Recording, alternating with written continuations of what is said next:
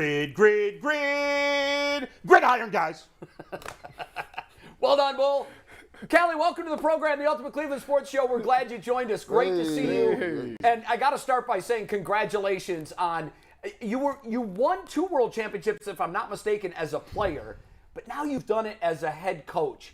How do the two compare? I think your mic might be muted. We don't have her audio. So take if you can, throw your mic on for us. We were getting audio in pre-check. We had audio from Coach a second ago. Okay. I'm not sure if her mic is muted. Let's punch back up, Jay, and we'll troubleshoot this. But we did have audio from her 1 second Okay, we'll ago. figure it out. Callie, if you can hear us, we're not hearing you. So I don't know if that means your mic is muted or what. You may want to check that out. While she troubleshoots that, I want to quickly say, because I was reading up about this to try to see exactly how big a deal this is. Mm-hmm. It seems to me that worldwide it's becoming a much bigger deal. I think in 2013, the U.S. won the first one. The U.S. is never going to lose this. Not anytime soon. In 2017, they won. She was a player on both of those teams. I think it was pushed from 21 to 22 because of COVID. So it's here now. But it seems like participation worldwide in the women's football space is growing. And it also seems like the interest is Jay, growing we got too. the issues fixed. By the way, Coach is back. Okay, Callie, great. The technical gremlin has been solved. How did the two compare for you? Winning 2 as a player, but now winning 1 as a head coach. Yeah, I think they were 2 completely different experiences for me. Obviously, as a player, it's very special. It's awesome to be able to represent your country, playing the sport that you love. But coming in as a coach, it's just completely different for me. And it was an awesome experience. Ultimately, winning the gold always feels great, no matter what you're doing, whether it be a coach or a player. But just an incredible opportunity for me to lead these women and use really my experience as a player to help make this the best opportunity it could be for the 45 women who are on the roster. Callie, when you look at this sport, did you ever think at one point in time this would be possible to even have this much interest in the sport, to be able to do this and have an all women league when you were growing up? And I think as far as back as 2017, did you think this is possible? Growing up as a kid, no, I'll be honest with you. As a young girl, there was no female representation in football in any capacity.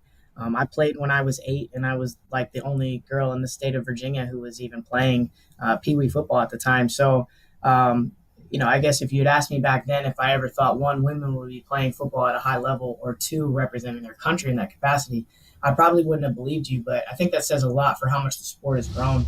And even back when I was in high school, and then even my first coaching gig in high school, there wasn't a lot of female representation. So to see how much it's grown and how the interest in women in football has grown to this day has been really awesome to see.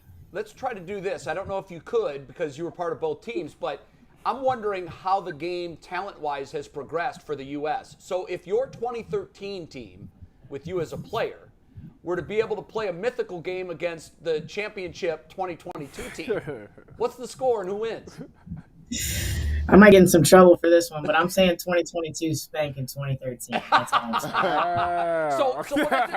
Listen, that speaks volumes of the skill level. The skill has improved that much over the course of 9 years, where these women are head and shoulders better than they were even just 9 years ago. Yeah, I would absolutely say so. And I'd say the football IQ and just the progression of learning the game from a higher level has definitely grown in the past decade. And I saw it with this team and the 2022 team, and just how well versed in the game they were. There's a lot of parts of the women's game that have progressed, and I was just really awesome to see, because we had a lot of very smart, obviously talented football players, but very football smart players, which was awesome to see, because that means the game is growing. And again, from a broader lens, you're looking at women who will eventually, once their career is over, much like myself, venture into coaching, venture into other aspects of football at any level, which is awesome to see them grow in that capacity. Callie, we finally are seeing more and more women represented in the coaching ranks like yourself. Talk about, from when you first started coaching to now, coaching men. We know there's a lot of sexism in sports. I mean, it's always been that way. How have you found it personally? And I'm sure you've had to deal with some of that along the way. And but has it been less than you thought? More? I mean, how is it now compared to when you first started? Yeah, I think we've all kind of dealt with that adversity and those obstacles as women in this sport. It's a masculine dominated sport. I mean, that's no secret. I've been very fortunate to work amongst a lot of people who are advocates for women and just equality ultimately in football. From my time at Dartmouth with Buddy Tevens, Coach McDermott in Buffalo, and obviously Coach Stefanski and the organization here. So I've been very fortunate in my journey to be evaluated based off of my skill level and my talent level and my knowledge of the game and my work ethic. So I really wish that for every other female. I know that's not every female's experience as they enter in the sport, but I do wish that is what it is in the future, that you're assessed as a candidate, not as a female or a male or whatever it is. It's just the best candidate for the role. Callie, first of all, I want to say you are a rock star. I have 2 daughters, and I'm going to tell them to look up to you because I'm going to make them play football. I'm going to make them watch your story and play football like you did. Obviously, the hot topic has been the Browns wide receiver room this preseason and this camp. How do you feel that they played in their first preseason game? I think we made a lot of progress, and a lot of that stuff you can practice and go through the reps on the practice field, but you want to see how it shows up in a game. And it's a preseason game, right? It's raw. There's a lot to learn from. But ultimately, I'm excited about the room. I'm excited about the growth of the room, spending the spring with these guys, and then obviously working through training camp and getting to that point. It was cool to see them suit up in a game and go out and put it on the field, in a game scenario. But it's a preseason game. I think every team's in the same boat where there's a lot to learn after preseason game 1. But we have such a motivated room, very smart, very intelligent. So I think we took the things that showed up on film and have ultimately gotten better because of it. Will we see Amari Cooper play at all in the preseason, or are we saving him just for the regular season? I can't speak on really the game plan for Amari, honestly. But just know he's always ready when his number's called. Callie, I'm going to go back to your coaching career. And in general, the future of female coaches in the NFL. As a minority, I hold dear when, Barack Obama was elected, as the first black president. We have a first black female vice president now. How close do you think the NFL is to having a woman becoming either a coordinator or a head coach? We see you guys progressing. Yeah, I think it's hard to put that in like a quantitative form, but I do think that we're nearing it. I mean, we're getting closer. I think the women who are involved right now in the coaching ranks, there's 3 of us, I believe, that are assistant position coaches, are very quality coaches. Jen King in Washington and Coach Lowe down in Tampa, just great coaches whose organizations are investing in them heavily, and they'll continue to grow. So I think it's hard to say like a range of when that will happen, but I do definitely believe that it will. Callie, what's been the biggest surprise for you coaching and really existing in a man's world, previously an all-male world? What's the one thing that's been your biggest surprise takeaway so far? I think society kind of makes you feel as a female entering this world that you are kind of an outsider. I think the biggest surprise to me was if you can speak the universal language of football and you can ultimately invest in players and show them that you're there to make them better, they don't care anything else about you. It's about, hey, this person's here to make me better. This person adds value to our process. They don't care if you're a woman. They don't care, about anything else, which is awesome. So if you're there to teach them, to help them grow, to invest in them, doesn't matter if you're a man or a woman. And I think I went into this feeding into the narrative of if you're a female, you don't belong. And I was pleasantly surprised by the players that I've gotten to work around in my career.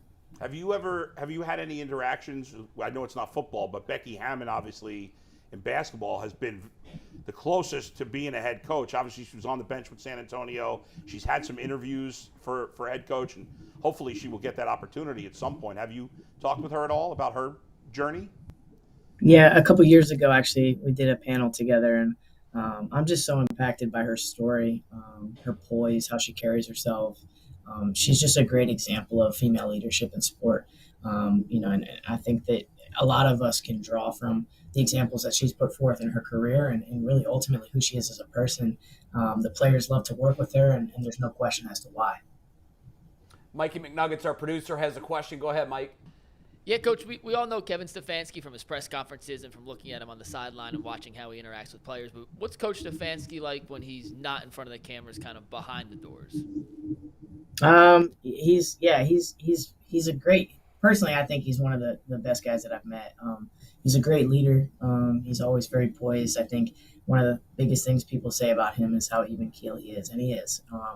And he's also kind of the king of dad jokes. I'll give you that one. But Any examples? not off the top of my head, honestly. But yeah, he's good. He's good for a dad joke here and there. But no, he's really a great human being, and he's always been so great to me. And it's been awesome working with him the past couple of years and learning from him both on and off the field. Just in the everyday life. When we're not on the field or in meetings or anything like that. He's just a good human being and cares about the people around him and cares about the development of the people around him. And, I'm just really fortunate to be able to learn from him every day.